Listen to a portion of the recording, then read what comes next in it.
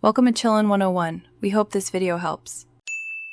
You start by stopping whatever caused the problem and stabilizing the eye immediately. You should not rub. That spreads irritants and risks scratches. Once calm, flush with sterile saline or clean water for 1 to 2 minutes while holding the eyelid open. This removes loose debris and reduces irritation. Make sure to blink gently between rinses to help natural tears.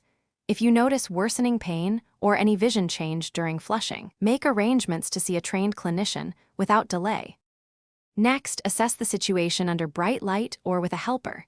You want to confirm whether a particle is on the surface and whether it moves with blinking. If a loose foreign body is visible, you can attempt gentle removal.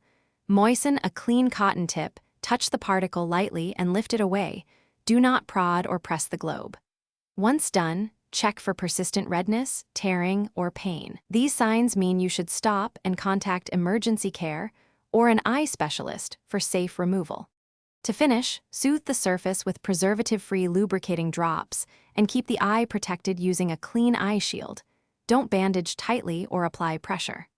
Monitor vision, pain level, discharge, and light sensitivity for the next 24 hours.